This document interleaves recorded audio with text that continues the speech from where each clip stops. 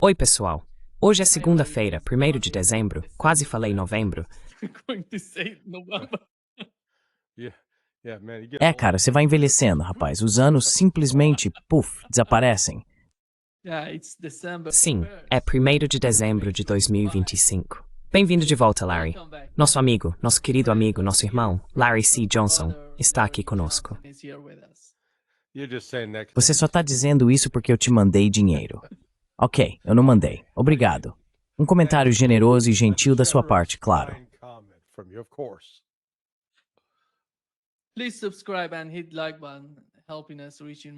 Por favor, inscreva-se e clique no botão de curtir. Isso nos ajuda a alcançar mais pessoas. Larry, deixe-me começar com o que aconteceu no caso de Pete Hicks e o bombardeio do barco. Sabemos que havia 2 sobreviventes agarrados ao casco em chamas, e então um segundo míssil chegou e simplesmente os assassinou. Há muitas repercussões nos Estados Unidos e na mídia sobre o que aconteceu e a forma como estão atacando Pete Hicks. Qual é o seu entendimento sobre o que aconteceu e quem é o responsável por isso? Porque Donald Trump foi questionado sobre o assunto, e aqui está como ele respondeu.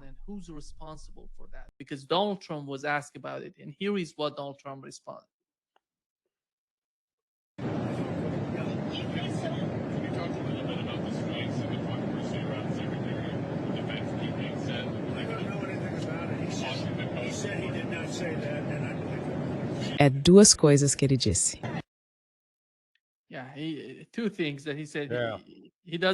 Ele não sabe nada sobre isso. E Pete Hicks disse a Donald Trump que não fez isso.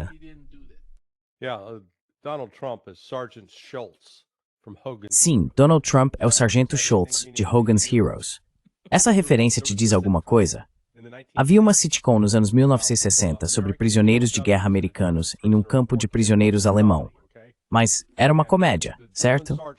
E o sargento alemão Schultz era conhecido por aparecer e dizer: "Eu não sei de nada, não vejo nada, não ouço nada." Esse era o Donald Trump, sabe? Sendo o sargento Schultz. Isso é uma execução extrajudicial. O que Donald Trump ordenou que o exército dos Estados Unidos fizesse é um ato criminoso. É uma violação da Convenção de Genebra. É uma violação da Constituição dos Estados Unidos. E o que é revoltante nisso é que há tantos americanos aplaudindo isso. Vão matar esses traficantes de drogas.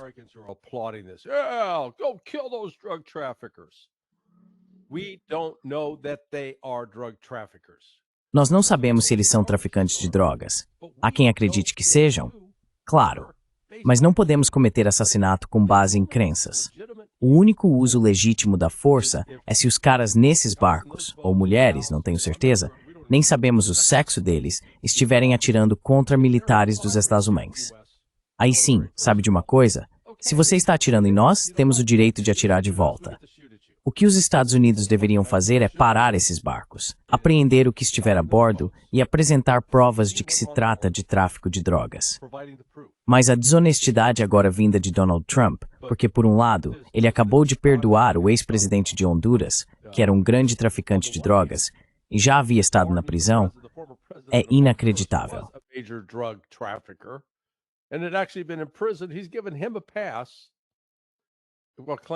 Ele o deixou escapar enquanto afirma que Maduro está envolvido nesse tráfico de drogas, do qual, francamente, ele provavelmente lucrou um pouco. Não duvido disso. Temos muitos políticos dos Estados Unidos que ganham dinheiro com isso. Então isso é apenas um ato criminoso. E não tenho dúvida de que Hegseth disse isso. Soa exatamente como algo que aquele garoto diria. Sabe, ele é relativamente jovem e imaturo e acha que é um videogame. Mas não vamos culpar apenas Trump e Hegseth, como se estivessem começando algo novo.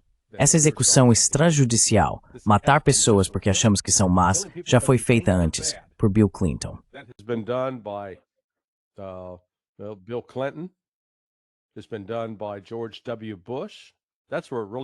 Isso foi feito por George W. Bush. Foi aí que tudo realmente começou, logo depois do 11 de setembro. Então começamos a justificar. Sim, achamos que essas pessoas lá naquela cabana são más, então vamos matá-las. Quero dizer, é um daqueles momentos de orgulho americano, sabe? E é assassinato. Portanto, os Estados Unidos não têm mais qualquer autoridade moral no mundo para criticar ou condenar o que chamamos de violações dos direitos humanos. É exatamente isso que estamos fazendo. E isso não está parando o fluxo de entorpecentes. Quer parar o fluxo de entorpecentes? Corte o dinheiro. Mas não fazemos isso, porque há muitas corporações e bancos norte-americanos lucrando com isso. É por isso que não paramos.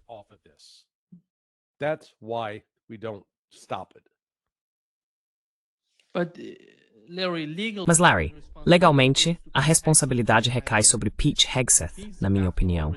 E ele é, afinal, o responsável. Não sei se podemos culpar. Na verdade, não acho que Donald Trump tenha muita informação sobre isso.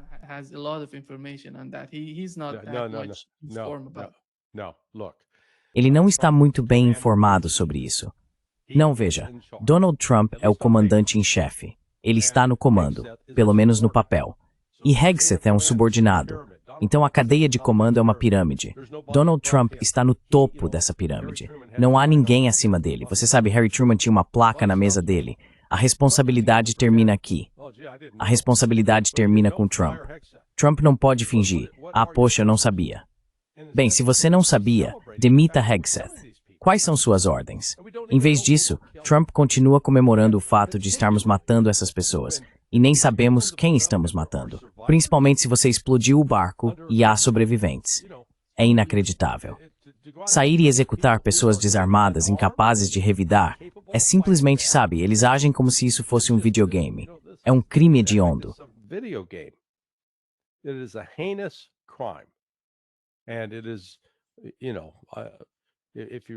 E é isso, sabe? Se você está falando sobre o karma que está se acumulando nos Estados Unidos, cara, temos um karma bem ruim vindo aí. Não podemos continuar fazendo isso. Fizemos isso no Vietnã, fizemos no Panamá, na Somália, na Líbia, na Síria, no Iraque, no Afeganistão, na Sérvia, a lista continua. E agora estamos facilitando assassinatos na Ucrânia. Então este é apenas mais um exemplo de uma liderança política que perdeu o contato com a lei. Eles estão agindo fora da lei. E ainda assim, você está certo. Hegseth tem uma responsabilidade aqui. Ele deveria ter dito, não, senhor, não vamos fazer isso. É contra a lei. Quero dizer, quando ele era um jovem oficial no exército, garanto que nunca recebeu uma ordem permitindo matar pessoas desarmadas que talvez precisassem de atendimento médico. Não, execute-as. Talvez estejamos aprendendo com os israelenses. Estamos agindo como os israelenses, os sionistas. Mas tá aí, though.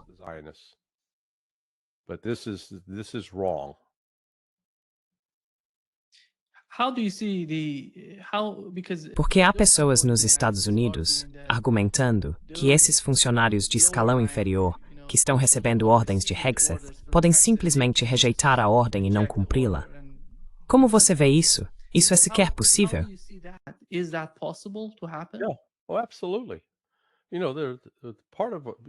Ah, com certeza. Sabe, quando alguém faz o juramento nas Forças Armadas, sempre existe o entendimento de que é possível desobedecer a uma ordem ilegal. E o que constitui uma ordem ilegal? Se eu digo, Nima, quero que você vá matar aquela mãe e aquelas crianças, acho que eles são maus, e ele responde, não, não vou fazer isso, não vou participar disso, essa é a resposta correta. Mas isso deveria valer por toda a cadeia de comando. E, inevitavelmente, o que acontece, o que torna as Forças Armadas dos Estados Unidos hoje uma instituição tão vergonhosa, é que geralmente punem as pessoas de nível mais baixo, enquanto os oficiais superiores saem impunes. Você percebe isso? Mas esse não é um fenômeno novo. Volte à mentira que foi contada para nos levar à guerra no Iraque em 2003. Pelo que sei, nenhum oficial sênior na cadeia de comando foi responsabilizado. Comece pelo comandante do CENTCOM e o vice-comandante do CENTCOM. O Arthur Israel.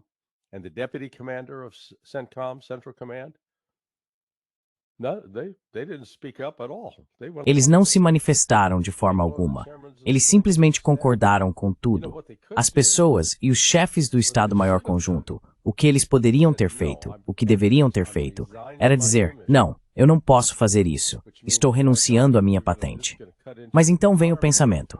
Meu Deus, isso vai afetar seus benefícios de aposentadoria. Você não vai ganhar tanto dinheiro quanto imaginava. E eles dizem, bem, se isso significa perder dinheiro, vou continuar ganhando. Vou fechar os olhos e fingir que não vejo isso. Isso aconteceu repetidas vezes. Sabe, Eu passei 23 anos trabalhando com JSOC, Comando Conjunto de Operações Especiais. E depois do 11 de setembro, rastrear e matar pessoas com drones virou uma prática comum.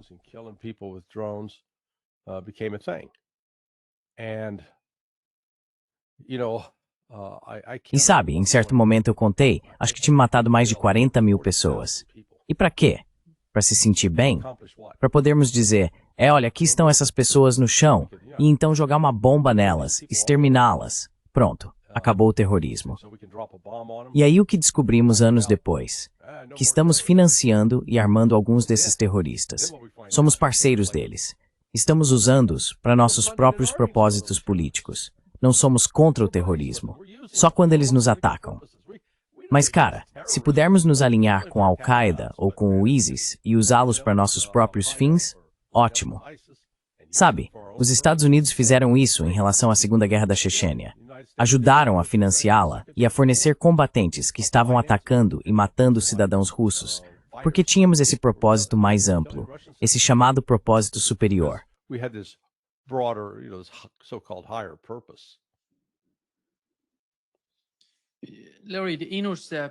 Larry, o The Intercept noticiou documentos vazados do Pentágono, mostrando que Trump planeja sediar a Venezuela e o Caribe até 2028, e que eles planejam permanecer lá.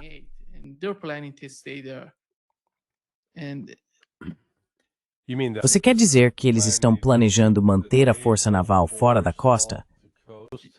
Parece que sim. Essa é uma proposta cara. Não acho que isso vai acontecer. Em algum momento, eles vão perder o fôlego. Você não pode manter tropas mobilizadas assim. Sabe, é como se eu dissesse para você segurar uma barra e ficar pendurado nela. Talvez consiga fazer isso por um minuto, mas depois de um tempo, seus músculos cedem. Você não pode fazer isso para sempre. É mais ou menos a mesma coisa quando se mobiliza esse tipo de força. Há muitas partes em movimento. E sabe, é como se você tivesse um arco e uma flecha e puxasse a corda. Você não pode simplesmente mantê-la assim indefinidamente. Em algum momento, você precisa soltar a flecha ou aliviar a tensão da corda do arco.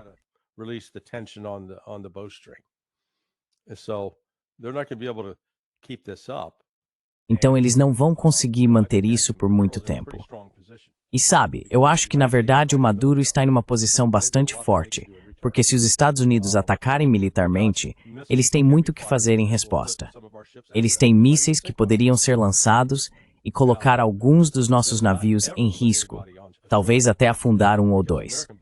É melhor nunca colocarmos ninguém em terra, porque corpos de americanos começariam a se acumular. Haverá venezuelanos suficientes dispostos a atirar em nós, e acabaríamos em um atoleiro ao estilo do Vietnã, só que pior. Trump tem uma visão tão infantil do poder militar. É realmente muito simplista.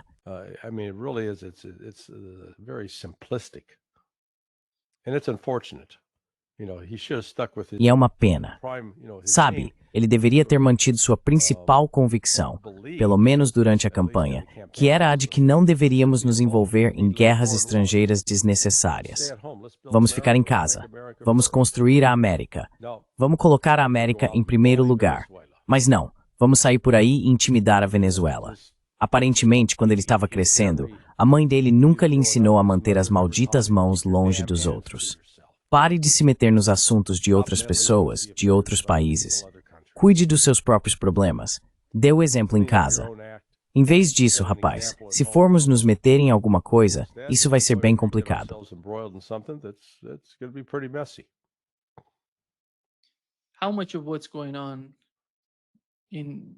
Quanto do que está acontecendo com a Venezuela está relacionado às políticas da CIA? Porque o general Flynn, não sei se você viu o podcast dele com o Steve Bannon, disse que é hora de, você sabe, simplesmente queimar a CIA até o chão. Não sei se estamos nesse ponto, mas sim, é hora. Quer dizer, foi isso que ele disse. Estamos apenas citando ele.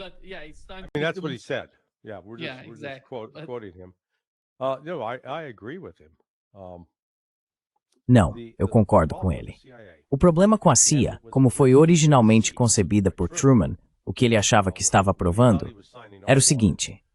Tudo bem, vamos ter um grupo de oficiais de campo. Você sabe, o público em geral os chama de agentes, mas eles não são agentes. Um agente da CIA é um estrangeiro, alguém de outro país, que é pago pelos Estados Unidos para trair seu próprio país e nos fornecer segredos.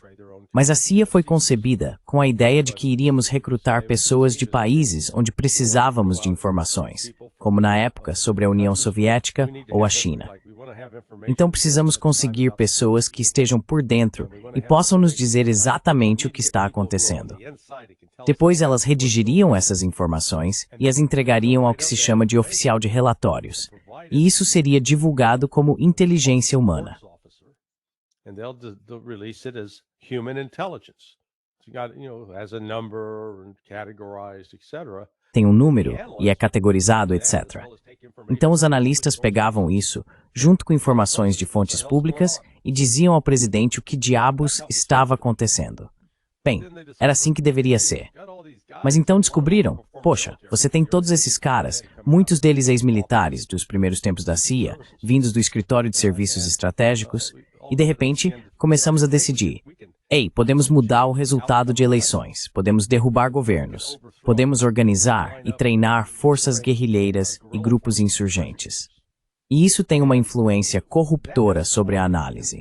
Vi isso em primeira mão, 40 anos atrás, durante a Guerra dos Contras, apoiando os Contras para lutar contra os sandinistas, porque era apresentado como estamos lutando contra esses comunistas que estão sob o controle dos soviéticos e tentando dominar o mundo.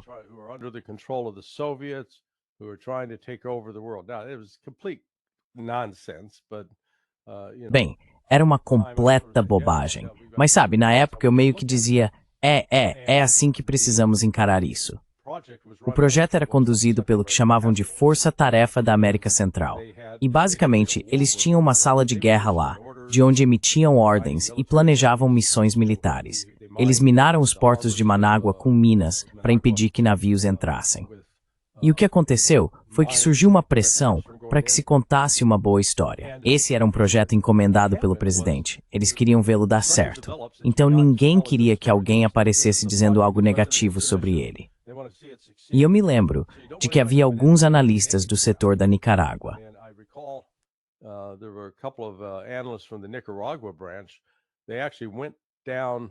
They were on the analytics. Eles realmente foram até lá, estavam no lado analítico, para Honduras, e foram abordados por alguns oficiais de caso irritados que diziam: "Ei, por que vocês não contam para eles? Estamos emitindo esses relatórios e vocês estão ignorando." Porque aqueles analistas estavam dizendo que havia problemas reais com os contras. O que estava acontecendo na sede, na Força Tarefa da América Central, era que o cara que a comandava, um sujeito chamado Alan Fierce, estava bloqueando esses relatórios. Eles não permitiam que fossem adiante. E havia pressão sobre nós, como analistas, para não dizer nada crítico sobre os contras, mesmo que fosse verdade.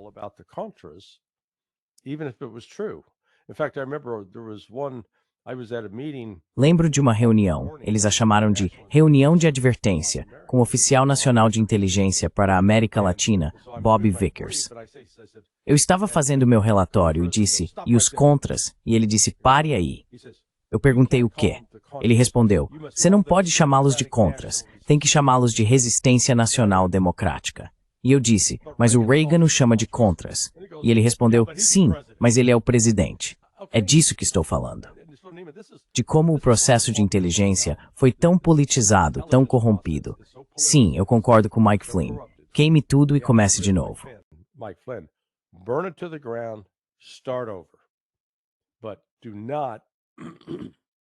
Eu diria que a única coisa de que realmente não precisamos, ou que deveria ser usada de forma muito limitada, é a capacidade de realizar ações encobertas. Em vez disso, o que aconteceu foi que as ações encobertas tomaram conta da agência. É isso que é visto como algo empolgante. É assim que se consegue promoção. É ali que se tem a chance de fazer todas essas coisas malucas. E se voltarmos e realmente somarmos quantas pessoas matamos por meio da CIA, o que alcançamos? O mundo está melhor agora? Está mais em paz? Ou criamos muito sofrimento humano? Na minha, muito sofrimento humano. We create a lot of human suffering, in my view. Larry, when Larry, quando você vive na América Latina, por exemplo, no Brasil ou na Argentina, e observa o que Donald Trump está fazendo na região com o caso da Venezuela, eles estão fazendo de tudo. E sabe, você mencionou Honduras. Nós conhecemos a situação de Cuba, Colômbia, Argentina. Eles subornaram pessoas a favor do presidente da Argentina. E tudo se resume a isso. Quando você analisa, o governo, Donald Trump chegou ao poder falando sobre Soros, mudança de regime, USAID. Vamos atrás deles, removê-los. Mas no fim das contas, veja só, a política é totalmente igual à de George Soros. Ele está fazendo tudo exatamente assim. Who does Trump appoint as Secretary of Treasury? Scott Bessent. Bem, quem o Trump nomeia como secretário do Tesouro? Scott Bessent, que é basicamente um lacaio do Soros, ou já foi. Sabe, então, é uma desconexão completa. Quando a União Soviética ainda existia, uma das principais missões dos oficiais da CIA, que trabalhavam na América Latina, não era se preocupar tanto com a política interna de lá. Era identificar diplomatas soviéticos que pudéssemos recrutar, na esperança de conseguir um espião que depois voltasse a Moscou e nos desse todas as informações internas. Com licença, estou prestes a espirrar. Desculpe. Agora que não existe mais União Soviética, essa prioridade de, digamos, recrutar soviéticos desapareceu. Pode ser que agora estejam dizendo, vamos focar na China. É uma possibilidade.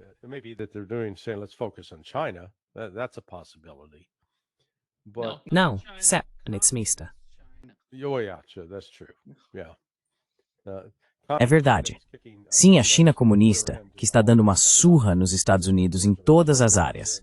Econômica, produção industrial e por aí vai. Sim, esses caras. Então você sabe, os Estados Unidos têm uma longa história de interferência na América Central e do Sul. Eu sei, e é amplamente acreditado, que os Estados Unidos estavam por trás do golpe que depois Salvador Allende e levou o general Pinochet ao poder no Chile. É absolutamente verdade que os Estados Unidos queriam se livrar de Allende. Mas sabe, um velho amigo meu, acho que ele já faleceu, era um jovem oficial de caso na embaixada lá na época.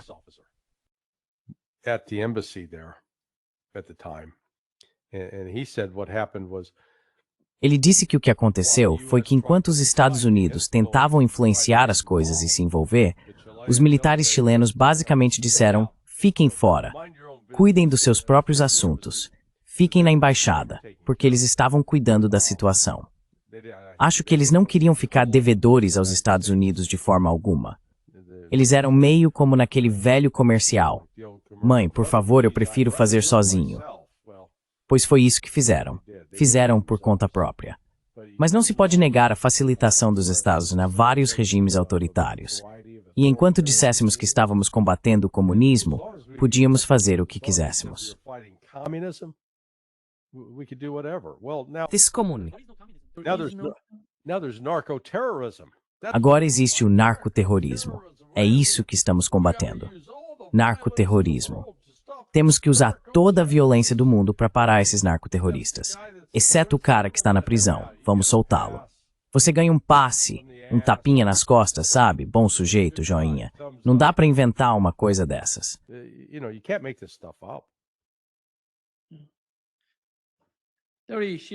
Há uma mudança de foco para Benjamin Netanyahu em Israel. Ele está pedindo ao presidente de Israel se o perdoe.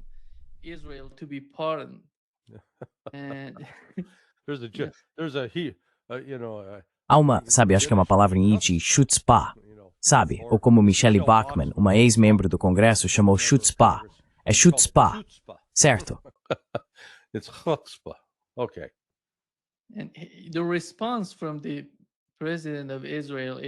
A resposta do presidente de Israel é que Netanyahu teria que se aposentar da política, convocar eleições antecipadas, interromper a legislação de reforma judicial e instaurar uma investigação estatal sobre o dia 7 de outubro.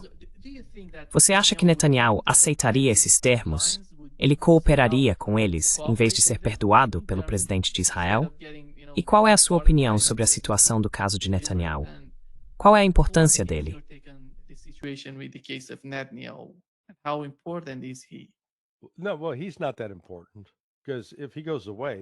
Não, bem, ele não é tão importante assim, porque se ele sair, a política em relação aos palestinos não vai mudar. Esses sionistas não têm absolutamente nenhum desejo de ter um Estado palestino e querem exterminá-los. Esta terra é deles, sabe? Porque Deus disse que sim. Quero dizer, é só que, sabe, quando Juan Perón era presidente da Argentina, o slogan dele era algo como pan e circo, pão e circo. Mantenha o povo alimentado, mantenha-o entretido, e você pode fazer o que quiser. Então é isso. Sabe, o Bibi faz parte do circo. Os estávulos são parte do pão. Enquanto os estávulos continuarem enviando dinheiro para eles, o Bibi pode ser um grande cara no minuto, um cara ruim no seguinte, e depois se livram dele. E onde é que a gente fica?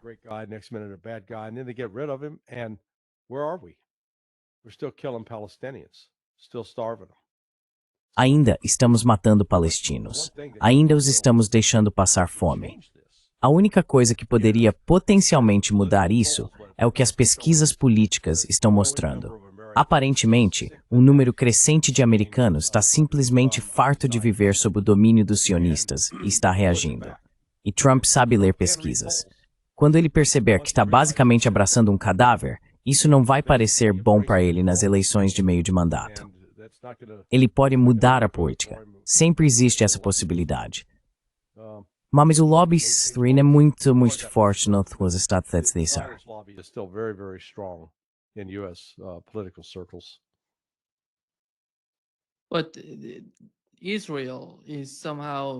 Mas Israel está de alguma forma se rompendo por dentro, Larry.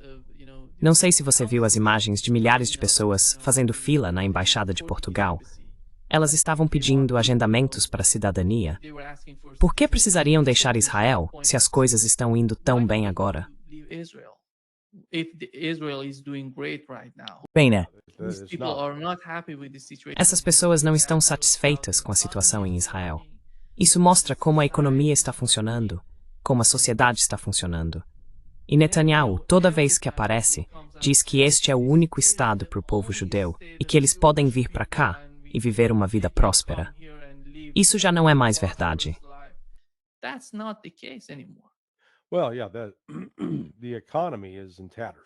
Bem, sim, a economia está em frangalhos e eles estão totalmente dependentes da generosidade dos Estados Unidos enviando dinheiro para eles.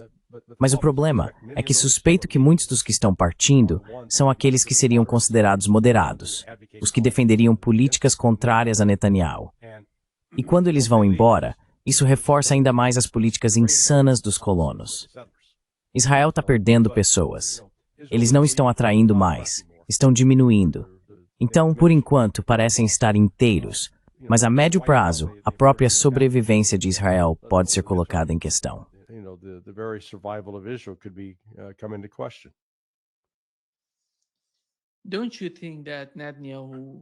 Você não acha que o Netanyahu, com as conexões que ele tem, exerce algum tipo de influência sobre os políticos nos Estados Unidos?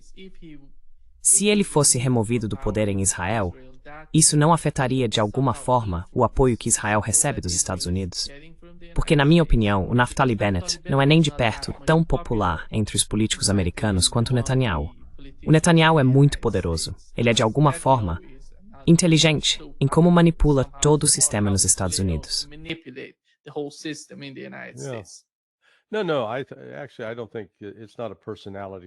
Não. Na verdade, não acho que seja uma questão de personalidade. Quer dizer, sim, o Netanyahu é bem conhecido entre os políticos dos Estados Unidos, mas existe uma crença mais profunda que vem do sionismo cristão. Eles continuam citando aquela passagem do Gênesis.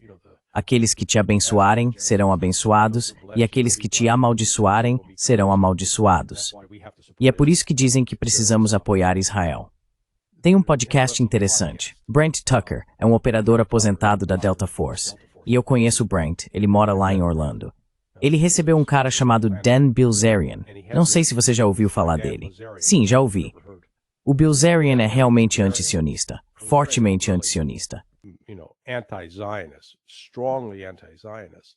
Now, they had a cordial debate over this, but Brett kept saying, Eles tiveram um debate cordial, mas Brent continuava dizendo, sabe, eu sou um defensor ferrenho de Israel porque está na Bíblia, e Deus diz que precisamos apoiar Israel. E Bilzerian fez um ponto. Ele disse, ei, essas promessas foram feitas a Abraão. E se você se lembra, Abraão teve 2 filhos. Não são apenas os judeus, são os muçulmanos também.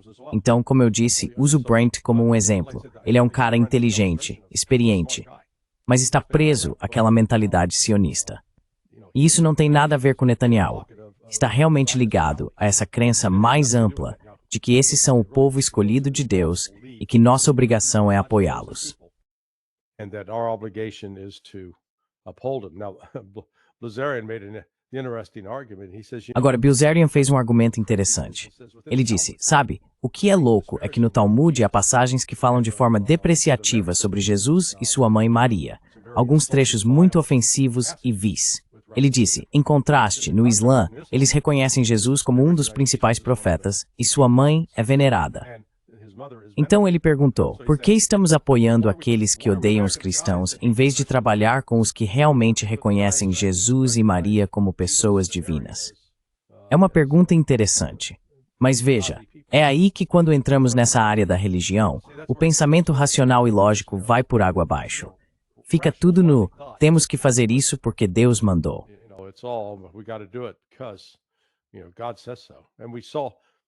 Tucker Carlson. E vimos, sabe, o Tucker Carlson arrancar a casca daquela ferida feia quando entrevistou o Ted Cruz. E você viu, o Cruz deixou muito claro, e ele nem sabia do que estava falando. O Cruz não é bobo, mas é só essa crença religiosa que contamina tudo. Sabe, tudo isso é construído sobre uma mentira que fomos ensinados a acreditar. Quando eu digo nós, quero dizer a comunidade cristã. Que aqueles que são sionistas foram ensinados a acreditar que o Antigo Testamento é um livro sagrado e que nele Deus traçou o plano, e esse plano é favorecer Israel. E eles ignoram o fato, quando digo que os cristãos atuais ignoram o fato, de que quando você chega às 12 tribos originais de Israel, bem, 10 delas desapareceram.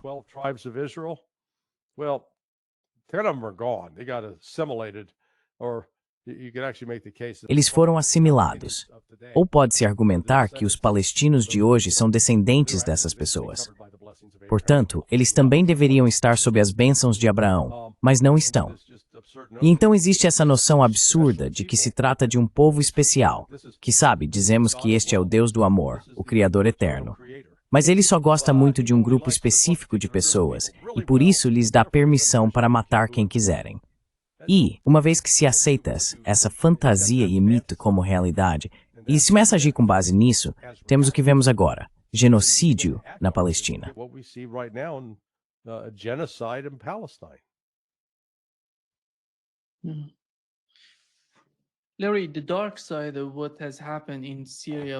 Larry, o lado sombrio do que aconteceu na Síria é o governo que chegou ao poder. O Al-Jolani, o HTS e aquelas pessoas que agora estão no controle lá. Mas, por outro lado, vemos que a Turquia está se sentindo ameaçada por Israel e está se aproximando do Irã. Eles até tiveram uma reunião. Israel não Israel. Turquia, Irã e Arábia Saudita. Eles estão se aproximando. E parece que pela primeira vez ouvi o ministro das Relações Exteriores da Turquia dizer em Teherã que a maior ameaça ao Oriente Médio é Israel. Você não tinha ouvido isso antes de um funcionário turco? Não antes do que aconteceu na Síria. Sabe, a situação na Síria mudou tudo. Como você vê a situação no Oriente Médio? Porque afinal, se você está em Washington, observando o que está acontecendo lá, dá para ver que tudo está mudando contra Israel. Não está a favor de Israel.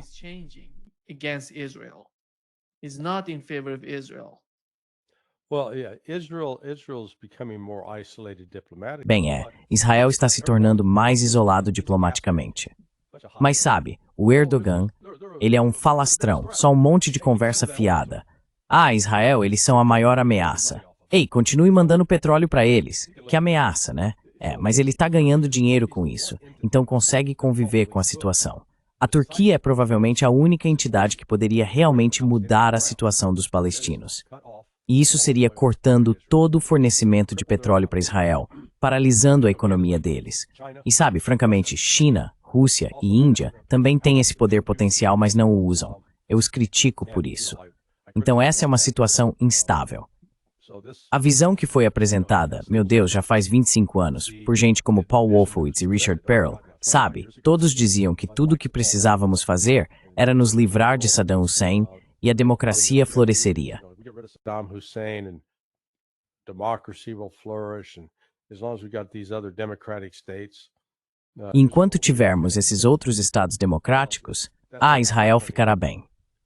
Bem, não é assim que as coisas estão acontecendo. Vimos recentemente, com a visita de Mohammed bin Salman, da Arábia Saudita, para se encontrar com Trump, que MBS não está se alinhando para assinar os acordos de Abraão. Ele deixou muito claro que não haverá nenhum movimento em direção ao reconhecimento de Israel até que Israel reconheça e aceite uma solução de 2 estados. Aceite um Estado palestino, o que Israel não vai fazer. Então acho que será apenas por meio de algum desastre militar ou econômico que Israel acabará sendo compelido ou simplesmente incapaz de impedir que isso aconteça.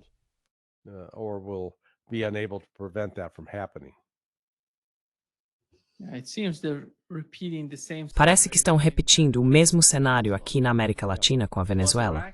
Foi o Iraque e agora é a Venezuela. Todos deveriam entender que veremos o mesmo tipo de problema aqui na América Latina se algo acontecer com a Venezuela. Vai ser um enorme caos.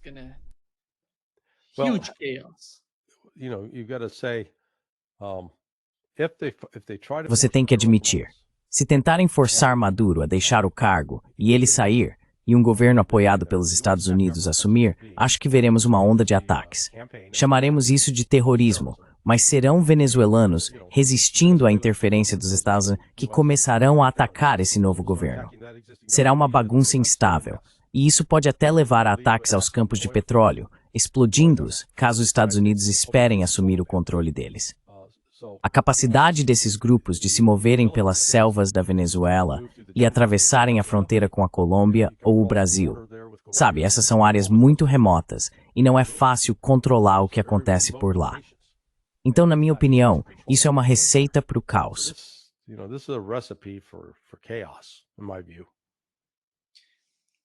Larry, quão rápido a Rússia está avançando na Ucrânia? Bem rápido. Eu acabei de postar um vídeo ontem à noite no Sonar 21. Ele mostra que desde setembro a Rússia capturou 86 assentamentos, cidades e vilarejos. Eles estão avançando muito rápido agora em comparação com anos anteriores.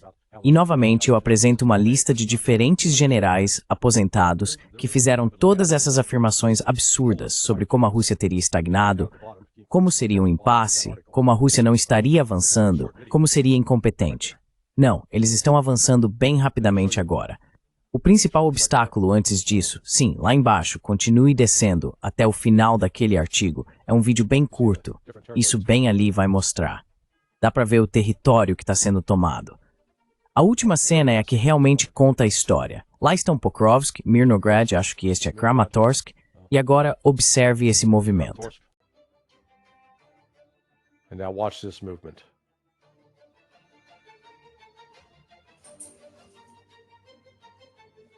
Yeah, so 86.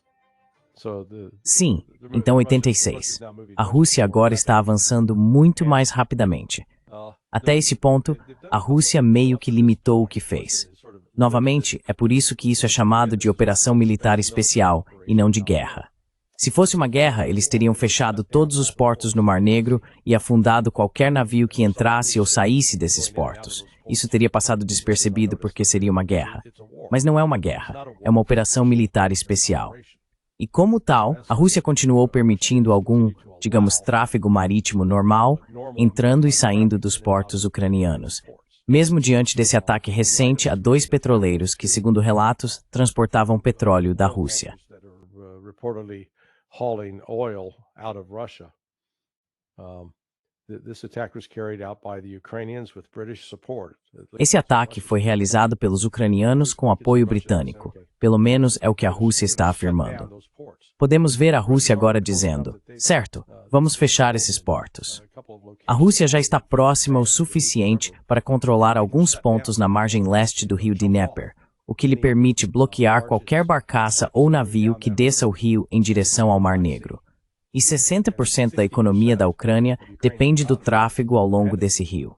Então veremos se a Rússia vai agora ampliar isso quase para um estado de guerra. Mas eles estão capturando e assumindo o controle de território em um ritmo muito rápido, e a Ucrânia não tem mão de obra suficiente para impedir isso.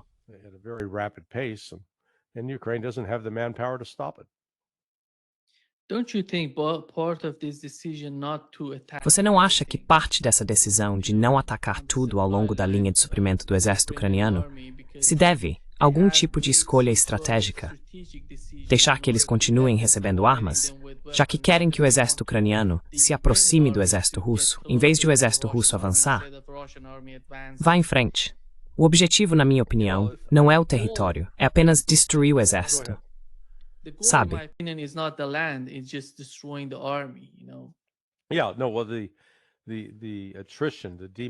Sim, não bem. O aspecto de atrito, a desmilitarização, estava correto. Os russos permitiriam que os ucranianos viessem até eles e então os destruiriam. Mas também, antes de janeiro de 2025, a Rússia ainda estava no processo de reforçar suas forças terrestres. Então, sabe, se você voltar a fevereiro de 2022, as forças terrestres que a Rússia realmente tinha talvez fossem em torno de 400 mil para cobrir todo o país. E eles usaram apenas entre 100 mil e 125 mil, cerca de 80 mil naquele cerco inicial de Kiev e outros lugares. Foi só em setembro de 2022 que os russos perceberam, ok, vamos ter que transformar isso em uma operação militar mais ampla. Foi então que começaram a primeira mobilização.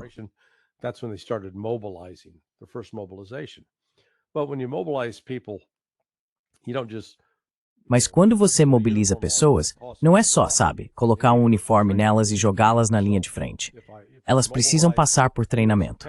Então, se eu te mobilizo em setembro, você precisa passar por 6 meses de treinamento.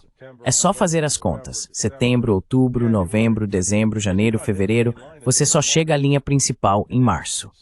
Então, sabe, as pessoas mobilizadas em outubro, novembro e dezembro, as de dezembro só ficam prontas em julho ou agosto. Então, gradualmente você vai formando essa força. E eu sustento que esse é um dos motivos pelos que no início vimos a Rússia realizando operações limitadas.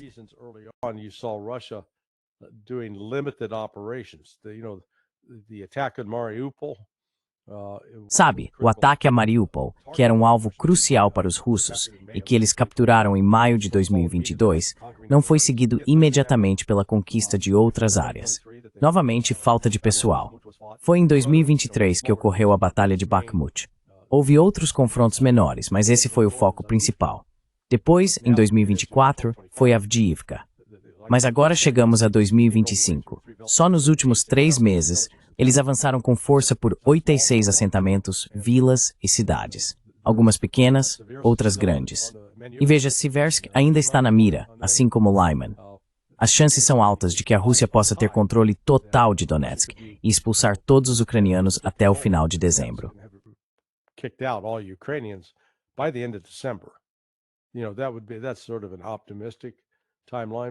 Sabe, esse é um cronograma meio otimista, mas é mais provável que eles consigam garantir tudo até março.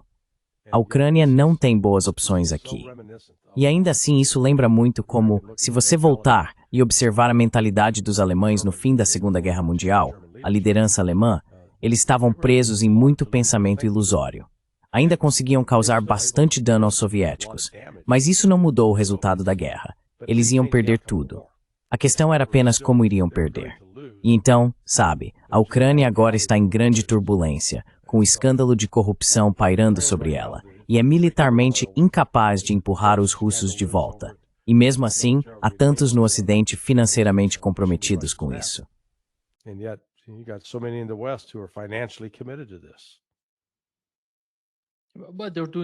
Mas eles estão cometendo atos terroristas agora. Eles estão fazendo de tudo, sabe? Eu não sei como a Rússia conseguiria controlar isso. É difícil de controlar.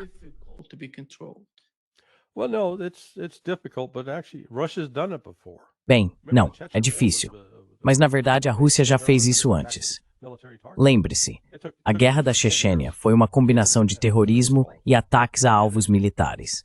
Levou 10 anos para os russos controlarem a situação, mas eles conseguiram. E há um ótimo, bem, eu vi um vídeo ontem à noite da visita de Putin àquela república muçulmana na Rússia.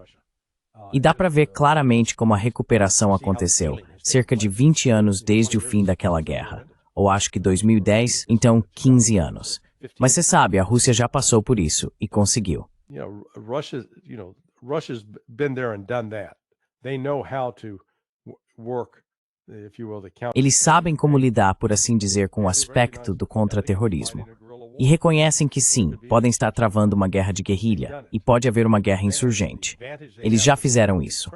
Mais uma vez, a vantagem que tem em relação à Ucrânia é que sim, pode haver alguns partidários ucranianos, vamos chamar assim, mas a Rússia não precisa aprender a falar urdu, pashto ou árabe. São russos falando russo ou ucraniano, mesma cultura. É uma daquelas situações que a Rússia pode enfrentar. Acho que eles já têm experiência em lidar com isso.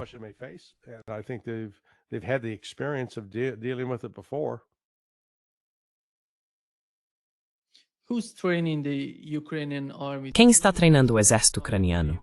As novas tropas que estão chegando à Ucrânia e aquelas pessoas que foram sequestradas nas ruas de Kiev, ou principalmente na parte leste do país. Quem as está treinando?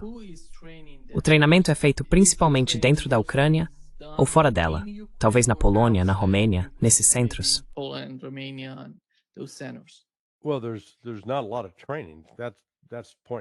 Bem, não há muito treinamento. Esse é o primeiro ponto. O segundo ponto é que qualquer treinamento realizado dentro da Ucrânia é altamente arriscado. Portanto, é mais provável que eles estejam sendo levados para fora do país, para a Polônia ou a Romênia. Anteriormente, eles iam para lugares como a França, mas acho que do ponto de vista logístico, tentarão manter isso mais próximo da Ucrânia. Mas não acho que esse seja um dos problemas que o exército ucraniano possa resolver facilmente. Eles não têm o luxo do tempo para enviar pessoas para o treinamento básico, que normalmente leva cerca de 3 meses, seguido do que se chama de treinamento individual avançado.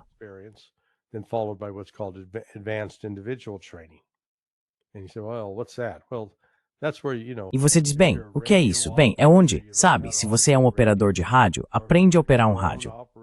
Ou se é um operador de drones, aprende a operar drones. Ou se trabalha com tanques, aprende a dirigir e atirar com um tanque. Então, sabe, esses não são talentos naturais que as pessoas simplesmente têm. Elas precisam de treinamento.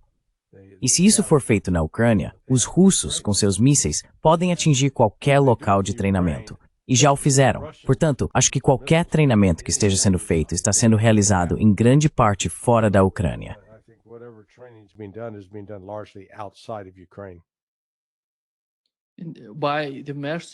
Pelos mercenários ou na Ucrânia?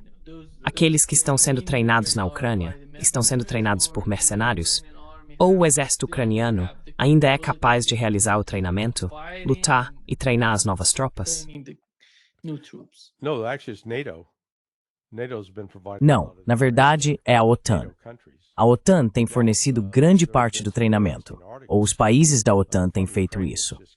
Agora, surgiram alguns artigos interessantes de ucranianos reclamando que estão sendo treinados por pessoas que realmente não participaram de nenhum tipo de combate bem-sucedido e que estão se baseando em lições aprendidas, digamos, no Afeganistão ou no Iraque, o que é completamente irrelevante para o que está acontecendo na Ucrânia.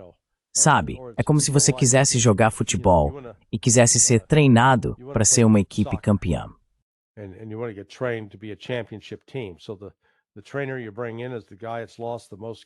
Então, o treinador que você traz é o cara que mais perdeu jogos na história do futebol.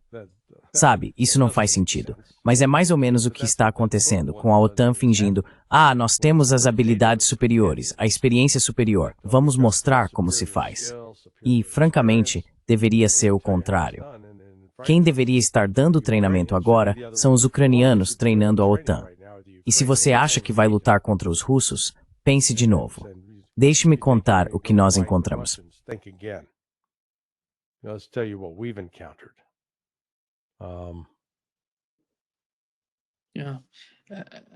Sim. Em termos de armamentos, Larry, digamos, se olharmos para a Ucrânia hoje e compararmos com o mesmo dia do ano passado, como você vê a diferença nas armas que eles têm agora para lutar contra a Rússia? It's diminished. Está enfraquecido, sabe? O Ocidente ainda não conseguiu aumentar a produção industrial para repor as perdas, seja em artilharia, veículos blindados de transporte de pessoal, tanques ou baterias de mísseis Patriot. Ouvi um relato, não sei se é verdade, de que supostamente a Lockheed Martin teria dobrado sua produção de mísseis Patriot. Ah, ótimo. Em vez de 500 por ano, estão fazendo 1.000. Mas isso ainda não resolve o problema que enfrentam quando esses mísseis são usados em combate, porque só para derrubar um míssil inimigo é preciso no mínimo 2 Patriots, no mínimo, talvez 4. Então, com o volume de fogo que a Rússia lançou sobre a Ucrânia, mesmo que o Ocidente conseguisse fornecer esses mísseis Patriot, a Ucrânia os consumiria num piscar de olhos. Então, sim, o Ocidente está completamente despreparado, industrial e economicamente, para sustentar uma guerra. Bem-vindo, Paul. Aí está o Sr. Roberts. Como vai, Paul? Olá. Where's Mr. Roberts? How's it Hello, going, Paul? Larry. Hi there. Hello, Nima. So nice to see you, Paul. Olá, Nima. Que bom ver você, Paul. Muito obrigado. Paul, entrando na conversa, estamos falando sobre o conflito na Ucrânia. Como você vê Vytautas amanhã indo se encontrar com Vladimir Putin? E quais são os termos, na sua opinião? Porque tivemos a reunião em Genebra, depois o encontro entre Rubio, junto com Vytautas e Kushner, e o novo chefe dos negociadores na Ucrânia é Omerov. Qual é a comunicação entre Washington e qual é a mensagem que amanhã Steve Witcomb vai levar a Putin? E quão otimista você está de que possamos alcançar algo? How optimistic are you if we can achieve something? Well, Nima, I have no idea. I think diplomats just like to go to. Bem, Nima, eu não faço ideia. Acho que os diplomatas simplesmente gostam de ir a reuniões. É o que eu acho. O Larry talvez tenha uma ideia muito melhor do que eu. Veja, eu não entendo o propósito de nenhuma dessas reuniões, porque Putin, ou melhor, as tropas russas, estão à beira de uma vitória completa e total. Elas parecem, se é que algo, estar sendo contidas pelo Kremlin. E então, quando ele está prestes a resolver tudo nos seus próprios termos, eu não entendo o interesse nessas reuniões ou em negociar algum tipo de acordo. Simplesmente não faz sentido para mim. Vejo isso como uma demonstração de falta de confiança, falta de determinação. É quase como se Putin tivesse medo de vencer a guerra. Mas isso é... Bem, não sei o quão bem informada está essa minha opinião. Provavelmente não muito. É apenas a impressão que tenho, de que ele não quer vencer a guerra. That's the impression I get. That he just doesn't want to win a war. Well, He's actually, been- I think there's another. Bem, sim, acho que há outro elemento em jogo, e ouvi isso diretamente de vários russos. Os ucranianos são parentes. Na verdade, o número de russos casados com ucranianos e de ucranianos casados com russos não é como se fossem um povo estrangeiro. Então, na verdade, acho que do ponto de vista de Putin, eles realmente querem minimizar os danos. Não se trata de destruir os ucranianos. Trata-se de tentar, bem, porque eles não estão lutando contra a Ucrânia, estão lutando contra a OTAN. É uma guerra por procuração, e os ucranianos têm sido usados como bucha de canhão nesse processo. Na verdade, a natureza dessa relação, o general Syrskyi, o comandante militar ucraniano, os pais dele vivem na Rússia. The Ukrainian military commander, his parents live in Russia. They're drawing Russia's Social Security, Russian. Eles estão healthcare. recebendo a previdência social da Rússia, sabe? O sistema de saúde russo. Então não é tanto que Putin não esteja tentando vencer. Os objetivos deles são claros. Querem desmilitarizar e desnazificar. E por desmilitarizar, eles querem dizer que pretendem reduzir o exército ucraniano para menos de 100.000 soldados e tirar a OTAN de lá. Eles reconhecem que a melhor forma de fazer isso é por meio de negociação, porque terão que negociar com o Ocidente. Mas farão isso a partir de uma posição de força. O problema é que os Estados Unidos se recusam a ouvir o que os russos estão dizendo, o que realmente estão exigindo. That what their demands are. Putin has reiterated, he says, look, E você sabe, Putin reiterou, ele diz, veja, se não conseguirmos isso diplomaticamente, vamos conseguir no campo de batalha.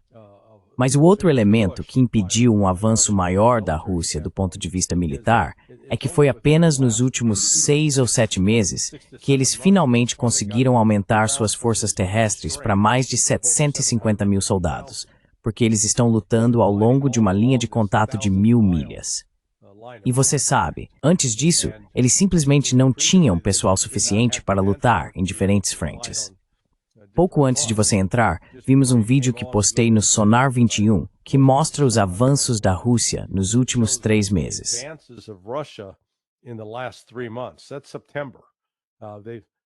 Isso é em setembro. No passado, tivemos tantos desses generais aposentados dos Estados Unidos dizendo: a Rússia é um bando de incompetentes, eles estão empacados, não conseguem vencer os ucranianos. Pois bem, eles tomaram 86 vilas e assentamentos. E quando você olha no mapa, agora vemos um movimento significativo em direção ao oeste. Então acho que esse é um dos outros fatores em jogo aqui.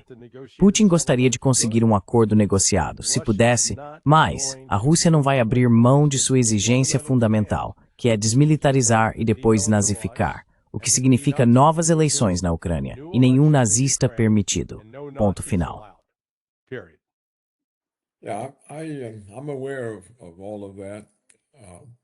Sim, estou ciente de toda essa explicação, e acho que há muita verdade nisso.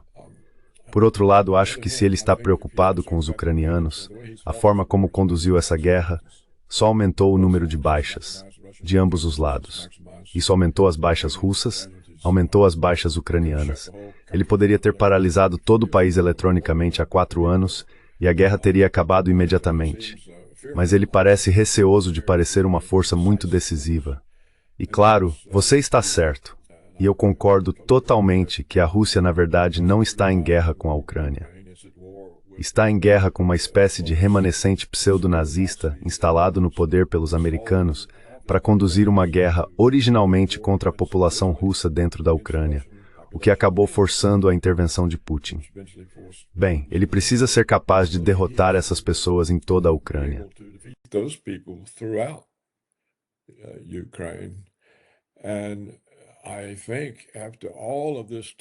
E eu acho que, depois de todo esse tempo, os russos já deveriam ter aprendido que não conseguem negociações bem-sucedidas. Larry, nós dois acompanhamos e discutimos os esforços de Putin e Lavrov de dezembro de 2021 até fevereiro de 2022, tentando obter um acordo de segurança mútua com o Ocidente. Eles foram ignorados pelo regime Biden, pela UE e pela OTAN. Todo tipo de acordo que eles já tiveram foi quebrado. Temos o acordo de Minsk, que foi usado para enganar Putin e os russos. Eu não entendo por que ele ainda tem alguma confiança em negociações. E vimos novamente que pelo menos os 28 pontos originais que Trump apresentou exigiam que a Europa chegasse a um entendimento com a Rússia ou firmasse um acordo de segurança. E a Europa não aceita nem mesmo a perda de território ucraniano. Eles não aceitam nem a perda de Donbass. Ukrainian territory. They won't even accept the loss of Donbass. So, as long as enquanto esses elementos hostis existirem, não vejo por que Putin acha que vai conseguir alguma coisa. Ele poderia muito facilmente vencer e então ditar os termos. Como você disse, Larry, o Ocidente não está preparado para uma guerra com a Rússia. Eles simplesmente não poderiam entrar em guerra com a Rússia. Então não há motivo para ele não vencer e dizer a todos quais são os termos. Quem pode fazer algo a respeito? Ninguém pode. É essa falta de resolução. Ele deixou uma guerra continuar por 4 anos. O Ocidente se envolveu cada vez mais. As provocações ficaram cada vez piores. Mais cedo ou mais tarde, esse tipo de situação sai do controle. E acho que Putin já teve prova suficiente de que não está chegando a lugar nenhum com suas negociações.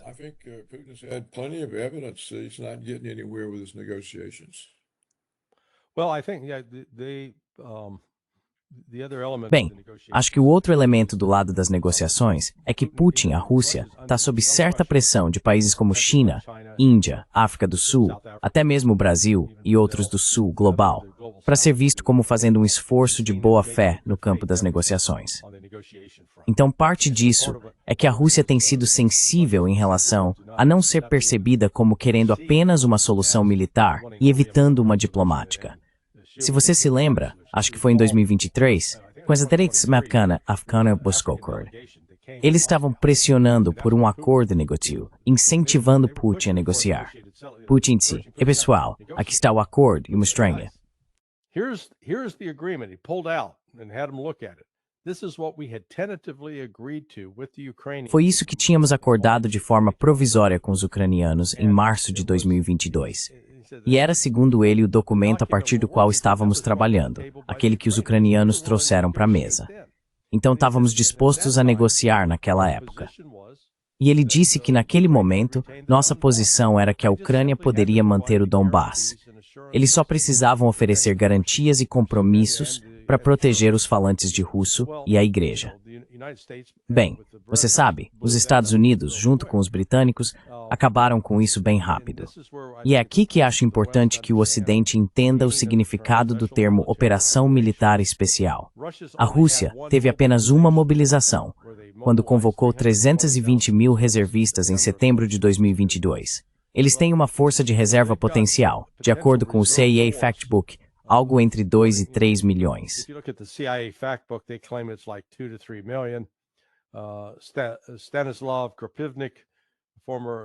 Stanislav Kropivnik, ex-major do Exército dos Estados Unidos, diz que o número está mais próximo de 10 milhões. Bem, se a Rússia estivesse em pé de guerra, mobilizaria 10 milhões de pessoas. Teriam mão de obra suficiente para varrer todo o campo de batalha. Mas eles não fizeram isso. Na verdade, se você for a Moscou ou São Petersburgo, ou mesmo a algumas das comunidades mais afastadas que eu visitei, não perceberia que há uma guerra acontecendo, porque ela está sendo travada em um nível baixo. E do ponto de vista russo, eles sofreram muito poucas baixas em comparação com os ucranianos. Os ucranianos continuam dizendo que os russos estão sofrendo perdas massivas, mas simplesmente não há evidências disso. Há, no entanto, amplas evidências, como o crescimento dos cemitérios na Ucrânia, de que eles estão sofrendo de 8 a 10 vezes mais baixas.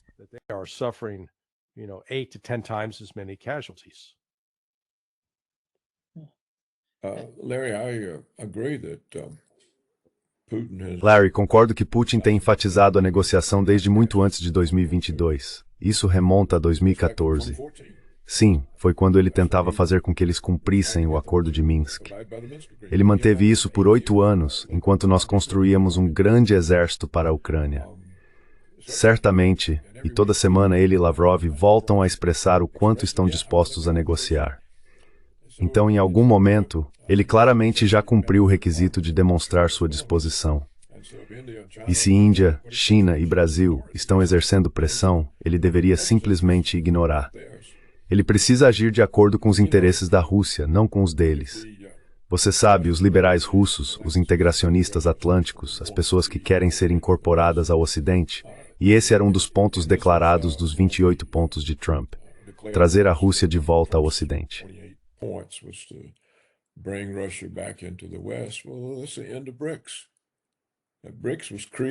Bem, esse é o fim do BRICS. O BRICS foi criado como um mecanismo de defesa contra a exclusão do Ocidente e as sanções. Então, se os russos vão simplesmente negociar e acabar voltando para o Ocidente, o BRICS acabou. A função dele deixou de existir. Eu conheço todos esses argumentos, e não é que sejam realmente falsos, mas acho que muitos deles perdem o ponto principal, que é o fato de que, na verdade, você mesmo mostra que ele não se mobilizou.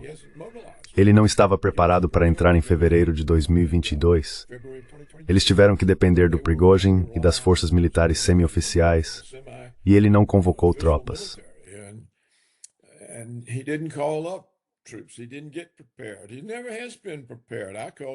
Ele não se preparou.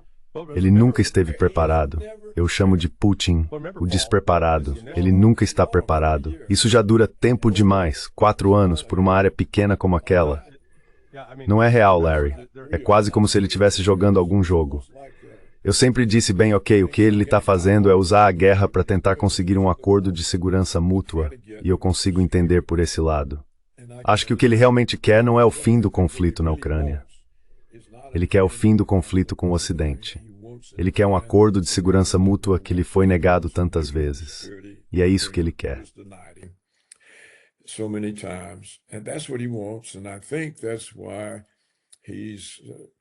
E eu acho que é por isso que ele manteve a guerra, esperando que a forma de encerrá-la seja por meio de uma reconciliação geral, para que eventualmente a OTAN possa sair da fronteira da Rússia.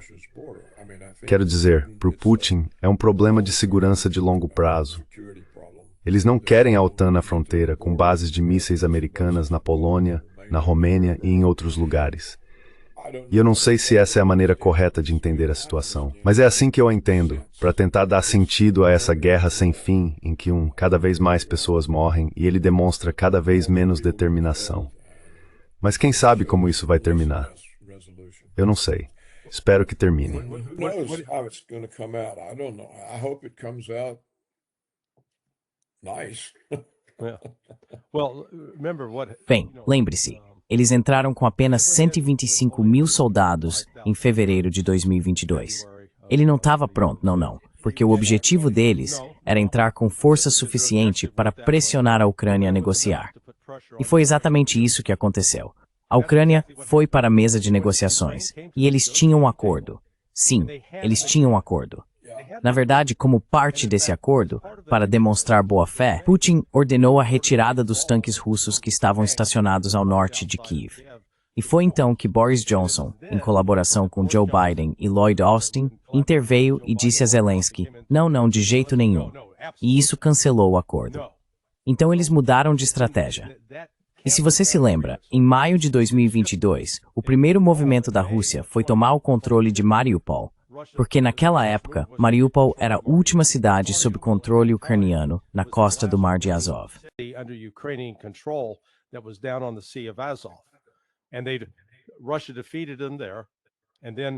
E a Rússia os derrotou lá. Então eles disseram, ok, agora precisamos nos fortalecer. Mas novamente, o objetivo deles era desmilitarizar não apenas a Ucrânia, mas a OTAN. E é isso que vem acontecendo. Quero dizer, o que eles expuseram é que a OTAN lançou em batalha todos os sistemas de armas disponíveis, exceto armas nucleares e mísseis de cruzeiro Tomahawk, e eles foram inconsequentes. E sabe, do ponto de vista russo, eles não estão com pressa. Muitos no Ocidente acham que eles estão demorando demais. Os russos não veem dessa forma. Eu me encontrei com provavelmente 30 pessoas diferentes no último mês. 5 semanas, mais ou menos. Alguns entendem isso, poucos, mas a maioria não. Se houver alguma pressão, seria para agir com mais violência. E o que Putin está tentando evitar é realmente entrar em uma guerra direta com o Ocidente. Eles poderiam vencê-la.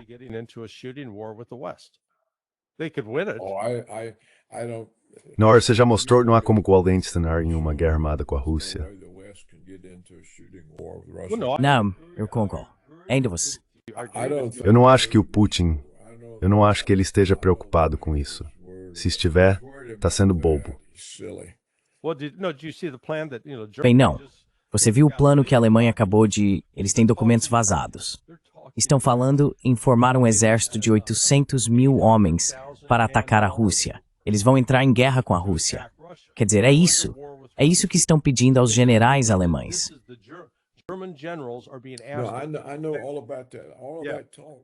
Eu sei tudo sobre isso.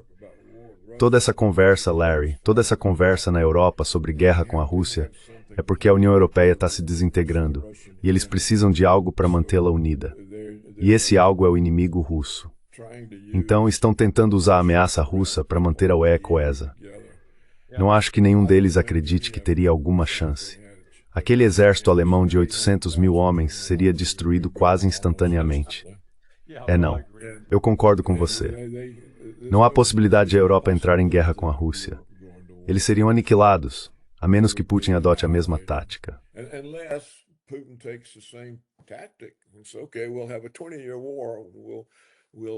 Tudo bem, teremos uma guerra de 20 anos. Avançaremos alguns metros por dia, e ele poderia fazer isso de novo. Mas não acho que o deixariam. Acho que os militares já tiveram o suficiente disso. Muitos dos programas de debate russos, as pessoas estão cansadas disso. Vi comentários, até mesmo nos meus artigos, os russos estão cansados disso. E eles estão enfrentando dificuldades. Instalações de energia russas foram atingidas. Houve períodos, até mesmo em São Petersburgo, em que não conseguem concluir traces que quem está fora do ar, o sistema de GPS está fora do ar. Também houve filas para gasolina.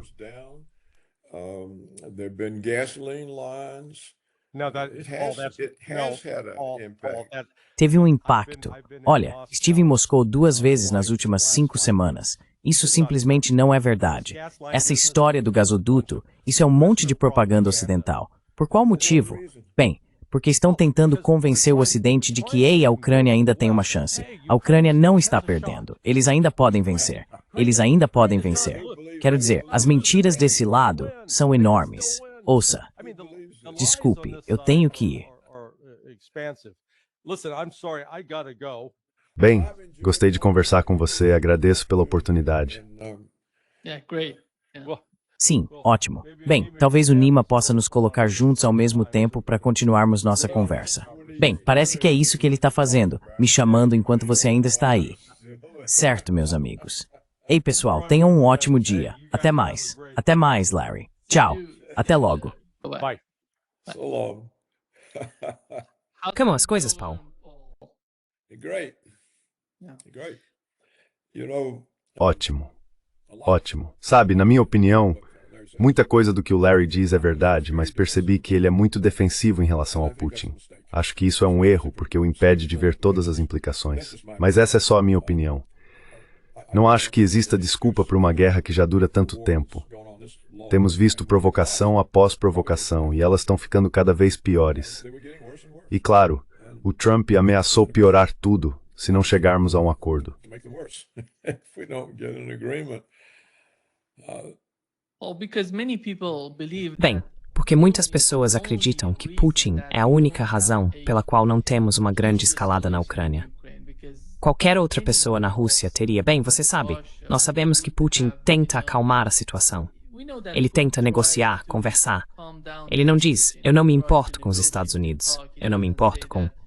Ele tenta, mesmo com os europeus, ele conversa com eles. even with Europeans, he talks with them. Ele não faz nada de bom. That's the reason that many people É por isso que muitas pessoas sentem que podem apoiar Putin, porque ele é visto como a voz da razão, afinal de contas, nesse enorme caos na Ucrânia. mess in Ukraine. Well, but it doesn't do any good. You see, Bem, isso não adianta nada. Veja, ainda acho que há um risco de que a abordagem de Putin não reduza a escalada da situação, mas a torne mais intensa e perigosa. E acho que foi isso que aconteceu ao longo desta guerra. As escaladas vindas do Ocidente sempre aumentaram. É preciso lembrar que todo o sistema de armas que dissemos que não enviaríamos, acabamos enviando, e até atacamos a força de bombardeio estratégico deles. E novamente, Putin simplesmente ignorou e agiu invertido. Bem, isso não é um fator de dissuasão que proporciona temor. that's not a deterrent from a worse provocation. Because he doesn't Porque ele não sente que isso seja uma ameaça existencial para a Rússia até agora. so far. It seems that Well, he Russian doesn't war feel that doctrine way. Parece que ele não se sentiu assim. A doutrina de guerra russa, sim. E como comandante em chefe, sua responsabilidade era responder de forma muito enérgica a esse ataque. Mas ele se esquivou dizendo que, bem, na verdade não foi um ataque militar. Foi um ato terrorista. E segundo a doutrina de guerra, um ato terrorista não está incluído, então ele não precisava fazer nada. Ele simplesmente redefiniu o que havia acontecido. Na verdade, ele negou o que havia acontecido. Não foi um ataque militar à Rússia, foi um ataque terrorista. Então, quando você demonstra esse tipo de irresolução, fraqueza, repetidamente, vez após vez, acaba incentivando cada vez mais a escalada do outro lado. E foi isso que aconteceu por 4 anos. Na verdade, foram todos os seus esforços com o Acordo de Minsk que o forçaram eventualmente a intervir. Minsk agreement that forced him eventually to intervene. If he had taken back Donbass, Se ele tivesse retomado Donbass em 2014, quando eles pediram e votaram para voltar à Rússia, porque antes fazia parte da Rússia, ele recusou. he refused. He took, Ele tomou a Crimeia e os deixou de fora. well, that's where the Pois war bem, originated. If foi aí que a guerra começou. now part of us, Se ele tivesse dito, ok, agora vocês fazem parte de nós, quem diabos iria atacar a Rússia? question, well, he had to go attack. Em vez disso, ele se colocou numa situação em que teve que atacar a Ucrânia. Isso não é inteligente. Ele deveria ter dito, ok, eles votaram assim como a Crimeia. Nós incorporamos a Crimeia. Os mesmos argumentos se aplicam para incorporá-los. Isso teria evitado a guerra. Para haver uma guerra naquela época, a OTAN e os Estados Unidos teriam que usar a Ucrânia para atacar a Rússia. Nesse caso, a Rússia estaria sob ataque. Em vez disso, ele se meteu em uma enrascada. Tem que defender Donbass, tem que atacar a Ucrânia. Isso não é inteligente. Ukraine. Well, that's not smart. The economy Sr. Maroquin não estava pronto towards your pose para seguir essa direção, But why? Por que não foi? because they were in the porque eles estavam no processo de reduzir sua dependência do dólar e melhorar seu armamento com os BRICS. relationship with the No, BRICS he countries. would not recognize a threat. Não, ele não reconheceria uma ameaça. Ele se recusa a levar a ameaça a sério. So used E eles estão tão acostumados a viver com uma ameaça que simplesmente a aceitam. he had Ele teve tempo de sobra. Veja, ele sabe disso desde 2007, 2008. E em 2007, na Conferência de Segurança de Munique, ele disse: "Nós não aceitamos a hegemonia americana. Não existe mais um mundo unipolar." no more. Então ele lançou o desafio. So he A primeira coisa que fizemos foi organizar a invasão da Ossétia do Sul. Treinamos o exército georgiano, os armamos, os enviamos para lá e eles mataram os pacificadores russos. to kill Russian peacekeepers, and he had to rush back from the Beijing Olympics and get. E ele teve que voltar às pressas das Olimpíadas de Pequim, reunir o exército e ir até lá. He's known since then. Então ele sabe desde então dele. E ele provou, pelo seu comportamento na Geórgia, que não estava reconstruindo o Império Soviético, porque derrotou o exército e tinha o país em suas mãos. He defeated. Ele poderia ter dito: certo, agora Geórgia, vamos colocar a Geórgia de volta na Rússia, onde ela pertence. We put Georgia back into. Mas ele simplesmente levou o exército, voltou para casa e os deixou em paz. Left them alone. Então, eu não sei quantas vezes ele precisa provar que não tenta reconstruir o Império Soviético. Tudo isso foi de forma muito ruim. The whole thing has been handled so poorly. Paul, you said 2000. Paul, você mencionou 2007 e 2008. Temos que lembrar que o BRICS começou a funcionar em 2009. Sabe, quando Putin, de alguma forma, ele sentiu que precisavam de algum tipo de nova instituição para organizar toda a confrontação entre o Oriente e o Ocidente, porque ele não via nada vindo do Ocidente. Não havia, sabe, nenhuma amizade se desenvolvendo. Friendship going, You're happening. proving my point. You're proving my point. Você está provando o meu ponto. Você está provando o meu ponto. Ele sabe disso desde então, mas tem evitado o assunto. Diretamente, sim. Ele criou o BRICS como uma forma de escapar do sistema ocidental, mas eles deveriam ter trabalhado nisso anos antes. Acho que há algum tipo de problema de aceitação da realidade no Kremlin. Eles simplesmente não conseguem aceitar que o Ocidente está contra eles, e por isso nunca estão preparados. Nunca vi Putin estar preparado para nada. Quero dizer, ele não estava preparado para a invasão da Ossétia do Sul. Como ele pôde não estar? Ele não estava preparado para a derrubada do governo na Ucrânia em 2014. Como ele pôde não estar? De novo, ele estava nas Olimpíadas de Sochi. Isso era mais importante. O que estava acontecendo nas Olimpíadas de Sochi era mais importante. It was more important. It was more important what was going on in the Sochi Olympics. We're showing that we're. Estamos mostrando que nós estamos, porque eles estavam lidando com o caos que a CIA criou na Rússia, na Chechênia. Eles estavam lidando com esse problema durante aqueles anos. Sabe, não foi tão fácil para a Rússia. Russia I should have told him way back then. That's even longer. Isso já deveria ter mostrado a ele lá atrás, ele deveria ter sabido ainda antes. He's so unprepared. E o fato de que ele estava tão despreparado que entrou em Donbás com 150 mil soldados, uma grande porcentagem deles do grupo Wagner, que nem faziam parte diretamente do exército russo naquela época, enquanto a Ucrânia tinha um exército de 600 mil ou 800 mil. E ele entra com 150, ele estava totalmente despreparado. Então, ou eles têm esperanças excessivas de que a negociação funcione, e já têm essa esperança há 20 anos, mas não funciona. Isso realmente não faz sentido para mim. Eu não sei. This really doesn't make any sense to me. And Well, the they longer were this fighting- the longer this goes on, Quanto mais isso se prolonga, pode-se dizer, ok, ele é realmente muito maquiavélico e está usando isso para desmantelar a OTAN, para afastar a OTAN de Washington, porque eles não conseguirão se unir. A OTAN não está apoiando o acordo de paz de Trump.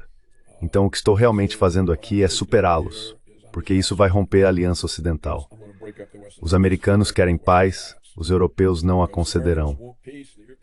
Pode-se argumentar que ele é simplesmente mais esperto do que eu. Para quer além e vai conduzir de uma forma que desfaça a Aliança Ocidental. Eles nem precisam se preocupar com a OTAN em suas fronteiras. Paul, Paul, let's see the bigger picture. Assume Putin Paul, vamos ver o quadro geral. Suponha que Putin tenha chegado ao poder em 2000 e, com todas as dificuldades deixadas por Yeltsin e seu governo, a Rússia estava totalmente destruída quando ele assumiu o cargo. Internamente, o país estava em guerra com a Chechênia havia 10 anos. Durante esses 10 anos, ele tentava pôr fim ao conflito, o conflito interno da Rússia com a Chechênia, que foi criado pela CIA. Dá para imaginar o quão fraca estava a economia durante esses anos. E então, logo depois de encerrar o conflito com a Chechênia, eles enfrentaram um novo conflito na Ucrânia. Como podemos imaginar que a economia estava preparada para isso? Em 2014, era simplesmente cedo demais para a Rússia se envolver em um novo conflito na Ucrânia.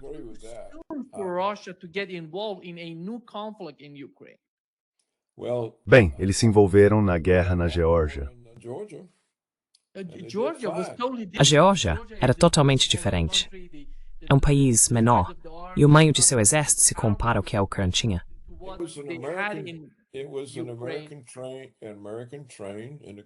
Era um exército treinado e equipado pelos americanos, e eles entraram sob nossa direção. Então eu não aceito esse argumento. Veja, olha o que Stalin fez. Quero dizer, ele enfrentou uma invasão ao longo de uma frente de 1000 milhas e tudo estava desmoronando. Eles foram empurrados de volta até Stalingrado, até Moscou. Isso não o impediu de formar um exército que derrotou a Wehrmacht. Portanto, eu não aceito esse argumento. Todo mundo está tão ocupado pedindo desculpas ao Putin que não enxerga o risco na política dele. E essa política já nos mostrou o risco repetidas vezes. Acho totalmente possível defender Putin e entender que ele é quem está tentando fazer a coisa certa, não o Ocidente. Mas ainda assim ser realista quanto ao risco da abordagem dele. E é só isso que estou tentando fazer. Introduzir um pouco de realismo, mostrar que essa abordagem dele é arriscada. Poderia ter saído do controle a qualquer momento. E continuo convencido de que se isso continuar, sabe, eles vão ter mais 4 anos disso. Vai sair do controle.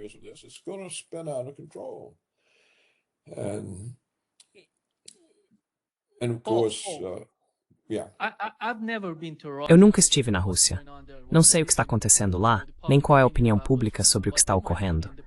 Mas, na minha opinião, as prioridades do governo russo, de Vladimir Putin, são primeiro a economia da Rússia e depois a guerra na Ucrânia. Ele também se importa muito com as baixas do lado russo. Mas, a meu ver, a primeira prioridade é a economia. Sabe, juntando tudo isso, parece-me que durante a guerra na Ucrânia, quando você mencionou 120 mil soldados na Ucrânia, em abril de 2022, ele, como Larry mencionou, estava tentando pressionar o Ocidente. Ele não conseguiu, então decidiu e disse que se dane. Lembro que ele disse, que se dane o Ocidente. Eu vou fazer isso. Mas mesmo hoje, a prioridade da Rússia ainda é a sua economia, mais importante do que qualquer outra coisa, porque isso pode gerar algum tipo de caos ou descontentamento dentro da sociedade russa. Se a sociedade não estiver satisfeita com a economia, isso pode ser um grande problema para o governo. Neyman, just a minute. Look, the trouble with the Russian economy is... Olha, o problema da economia russa é o Putin. Ele defende aquela diretora do Banco Central, aquela mulher completamente estúpida, que permitiu que o Ocidente tomasse 300 bilhões de dólares das reservas internacionais da Rússia. A mesma mulher estúpida que mantém a taxa de juros em 16 ou 17%, esmagando a economia. Todo mundo na Rússia reclama dela, e ele a defende. Então é ela quem está prejudicando a economia russa. Me diga, que economia consegue funcionar com juros de 16 ou 17%? O retorno sobre o investimento não cobre o empréstimo. E ela é pessoa de confiança dele.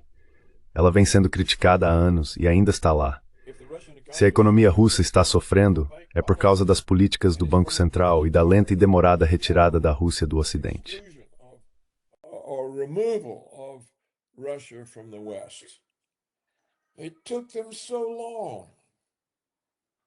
Demorou tanto para eles. E claro, o que sabemos sobre aquela mulher? Ela é pró-americana, treinada por economistas neoliberais americanos, e é uma integracionista atlantista. Ela quer que a Rússia faça parte do Ocidente. Então ela entrega a Rússia ao Ocidente. Veja, aqui está a Rússia prestes a cometer um dos muitos erros de Putin. Em vez de ter tomado Donbass para que os ucranianos tivessem que invadir a Rússia, ele está prestes a invadir a Ucrânia. E a diretora do Banco Central não tem bom senso suficiente para tirar os ativos da Rússia das mãos de quem pode congelá-los e agora confiscá-los. Ela não teve o bom senso de repatriar esses ativos e colocá-los em algum lugar seguro. Não.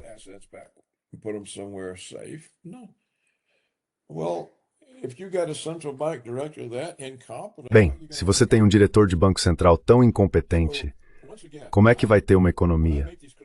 Então, mais uma vez, quando faço essas críticas, não as faço como um ataque pessoal ao Putin.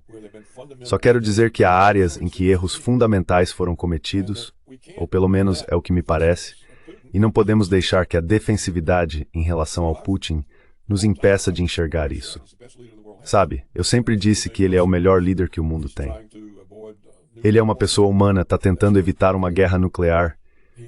Isso é verdade, ele tem humanidade dentro dele. Ele não é um Netanyahu, nem como os neoconservadores americanos.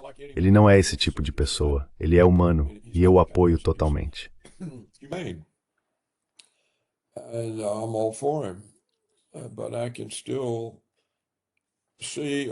Mas ainda consigo ver, ou acho que vejo, posso estar errado, mas me parece que ele criou um problema maior por não ser decisivo. E essa falta de decisão é o motivo, como Larry C. Johnson estava dizendo, pelo qual tantos generais americanos disseram: podemos derrotar a Rússia. Eles estão perdendo. A Ucrânia está vencendo. Foi porque não viram nenhuma ação decisiva. Não acho que alguém tenha pensado que a Ucrânia conseguiria resistir a 4 anos de conflito com a Rússia.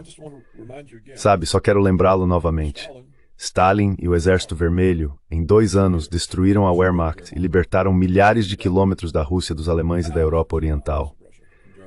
De Stalingrado a Berlim levou metade do tempo que Putin já passou em Donbass. Isso é imperdoável.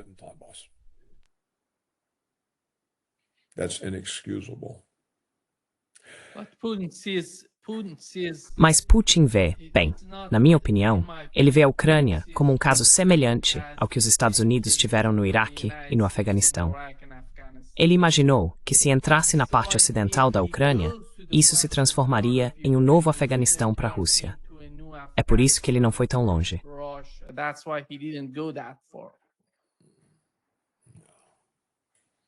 Não, nem Slessa. Essas pessoas odeiam os russos, Paul.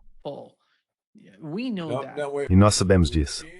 Não tem de dizer que eles odeiam russos, e ao mesmo tempo ele faz estar Rússia e tudo isso na América. E o que aconteceu com a Ucrânia é que... Estou falando sobre a liderança, não sobre o povo da Ucrânia, principalmente o povo. Veja, ele não tomou atitude contra os líderes. Os israelenses teriam executado todos eles no primeiro dia do conflito. O conflito teria acabado. Se os israelenses estivessem lá, a Ucrânia teria sido derrotada em 24 horas. Tudo teria terminado. Eles teriam matado todo mundo no governo. Um míssil teria passado direto pela janela e caído no colo deles. Veja o que fizeram com os iranianos, com o Hezbollah, com o Hamas.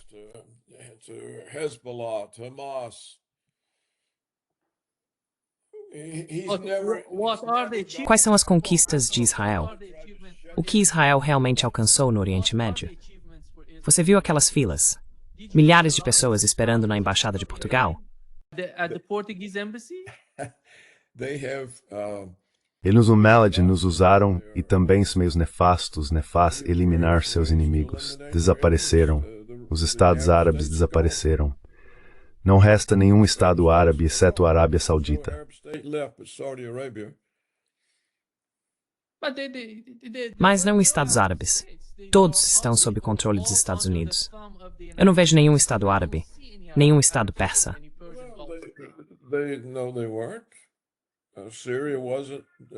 Não estavam. A Síria não estava. A Rússia tinha sua base naval na Síria. É por isso que a Rússia entrou com a força aérea para impedir nossa invasão. Iraque?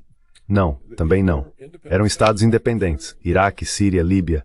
Eles desapareceram. Não há mais estado lá. Quem está te dizendo isso? O quê? Who's telling you, Paul, today? Who says that Israel today is the Quem diz witness isso? of what's going on? Israel hoje é o vencedor do que está acontecendo no Oriente Médio. Ninguém diz isso, porque Israel está perdendo economicamente, perdendo militarmente, perdendo geopoliticamente. Mas a Rússia está vencendo em todas essas áreas na Ucrânia. Bem, novamente, não é exatamente esse tipo de questão, é? E eu não sei se Israel está perdendo.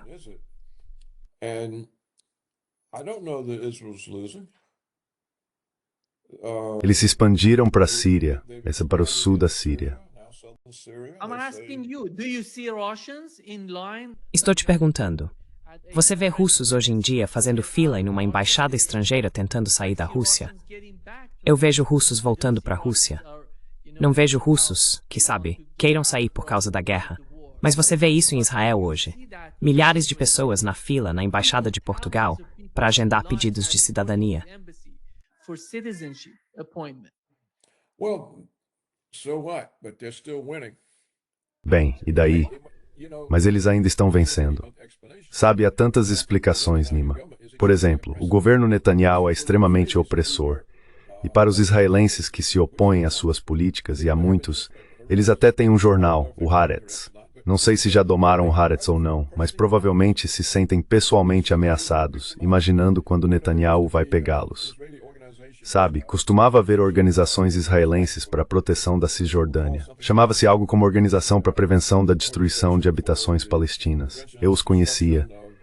Cheguei até a hospedar um deles em casa há alguns anos, e não ouço falar deles há muito tempo. Eles desapareceram. I've never heard from them for years. They've disappeared. I don't know whether they've been shot or put in jail or... Eu não sei se eles foram mortos, presos ou o quê, mas imagino que muitas pessoas, quero dizer, nem todos os israelenses são desprovidos de consciência moral. Alguns deles não gostam do que está acontecendo. Outros não gostam da corrupção que vem junto com isso. Sabe, ele está sendo processado em seu próprio país, não apenas pelo Tribunal Penal Internacional, mas pelo Departamento de Justiça de Israel, ou seja lá como chamem. Então há corrupção. Há clientelismo. Ele se tornou cada vez mais autoritário. Seu governo justifica o genocídio, justifica a destruição total dos palestinos. Bem, as pessoas que não concordam com isso provavelmente querem sair.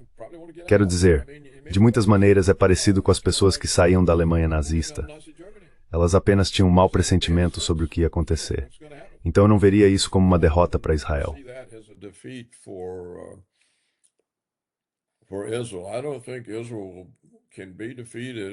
Não acho que Israel possa ser derrotado até que os Estados Unidos o abandonem.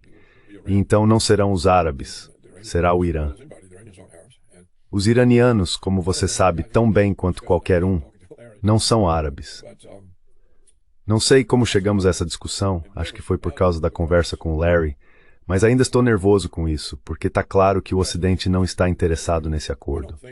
Não sei sobre os líderes nacionais dos países europeus, mas os líderes da UERA não querem desistir da guerra, porque é isso que mantém a UERA unida. E também há a perspectiva de dinheiro vindo da produção, do desenvolvimento e do rearmamento de armas.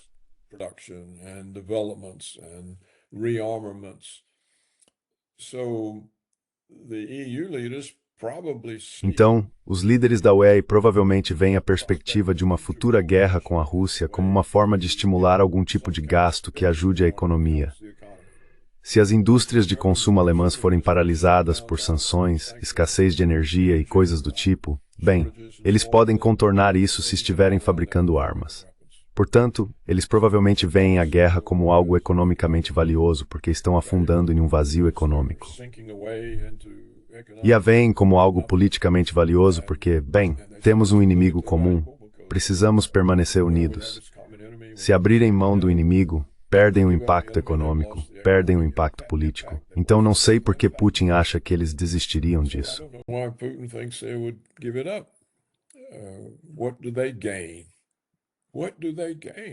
O que eles ganham? O que eles ganham com o acordo de paz? Se estivessem tremendo de medo, com receio de que os russos invadissem e tomassem a Europa, então teriam interesse em um acordo de paz. Mas, como não tem nenhum medo dos russos, não tem nada a ganhar. Estão sendo pressionados a abrir mão do inimigo, que os mantém unidos e que oferece alguma perspectiva de emprego e crescimento econômico no setor de armamentos. E então, o que isso significa para Trump? Ele não pode realmente se dizer um presidente da paz, pois obtém uma solução para a Ucrânia enquanto explode navios na costa ucraniana, fecha o espaço aéreo e a ameaça. Venezuela? Você quer Venezuela? Venezuela é? O que foi que eu disse? Você disse Ucrânia. Ah, é, porque estávamos falando sobre a Ucrânia. É. Então, sabe, ele vai eliminar o Maduro na Venezuela, mas ele é o presidente da paz, e o que ele ganha com isso? Não sei. Ele pode reivindicar outra vitória, mas a Europa não vai ver isso como uma vitória. Quer dizer, pense bem, o que a Europa tem a ganhar com o acordo de paz? Consegue pensar em algo?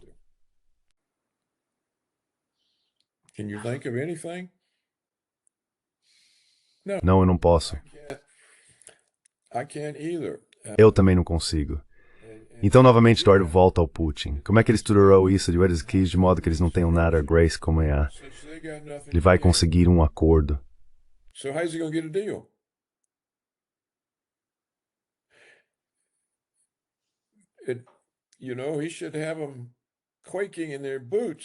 Sabe, ele deveria deixá-los tremendo de medo, querendo um acordo. Em vez disso, ele e Lavrov toda semana dizem: queremos um acordo, queremos um acordo, queremos um acordo. Bem, isso não. A Europa olha para eles e diz: vão em frente e derrotem os ucranianos. Então não funciona. Eu não acho que o que Putin está fazendo funcione, porque, antes de tudo, não acho que haja boa vontade no Ocidente. Não acho que a boa vontade seja mais uma ferramenta diplomática eficaz. Em todo o Ocidente não há boa vontade. Há um interesse próprio endurecido. Eles sacrificariam tudo por esse interesse próprio e por dinheiro, basicamente. Dá para entender porque eu fico impaciente com alguns analistas. Todas essas coisas ficam fora da análise deles. E não é nosso trabalho defender Putin. É nosso trabalho analisar o que diabos está acontecendo que pode fazer tudo explodir ainda mais.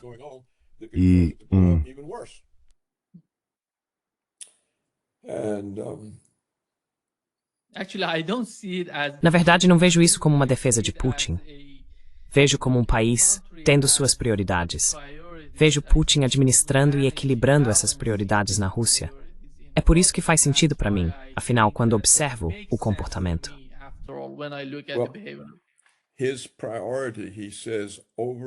Sua prioridade, ele repete várias vezes, é proteger e defender a soberania nacional da Rússia. Mas não ao custo de sacrificar tudo.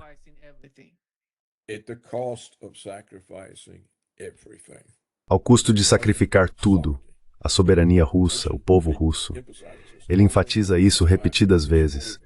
É por isso que eles apoiam a Igreja Cristã Ortodoxa, por isso que apoiam a família e porque não apoiam todos os elementos woke do Ocidente, o transgenerismo e todo o resto. Eles estão tentando manter a estabilidade social, estão tentando aumentar a taxa de natalidade, oferecem recompensas às famílias que têm filhos e permanecem unidas. É algo totalmente diferente do Ocidente.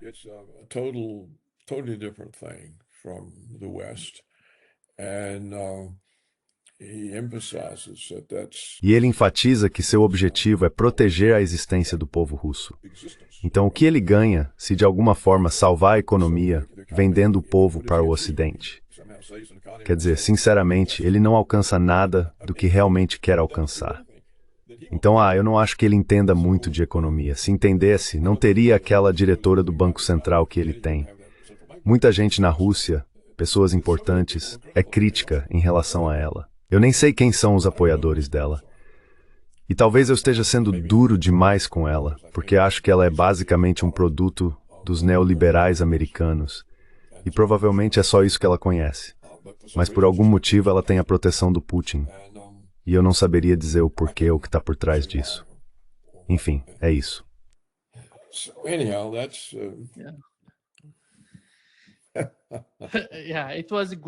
Sim, foi uma ótima discussão hoje, Paul.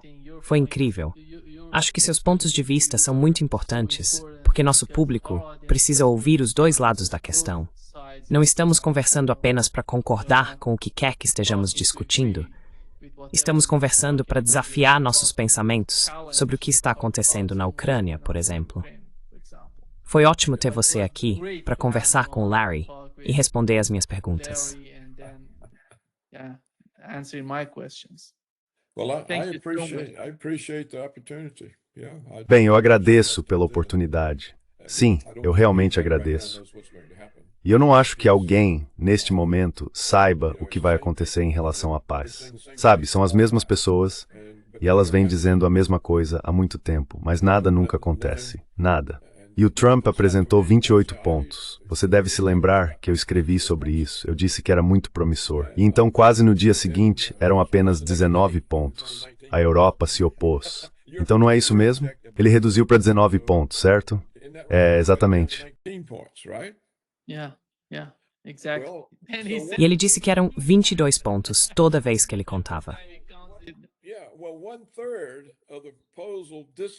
É bem, um terço da proposta desaparece antes mesmo de os russos receberem. Então, como eles sabem que os 19 pontos não vão desaparecer também? É como um circo, realmente é. E claro, Lavrov disse isso. Acho que ele finalmente está acordando. Ele é outro cavaleiro do passado. Eles me lembram ministros britânicos do século XIX. Então vamos ver e torcer pelo melhor, mas é difícil ver onde está a esperança. Hope for the best, but it's hard to see where the hope is. Sim, exatamente. Concordo totalmente com isso. Muito obrigado, Paul. Sempre um grande prazer. Bem, obrigado, Nimas. Obrigado. Estou ansioso para continuar fazendo isso enquanto houver alguém interessado. Exatamente. Até a próxima semana. Certo? Tchau. Deus o dia real. Claro. Certo, adeus, meu amigo. Friend. Goodbye. Adeus.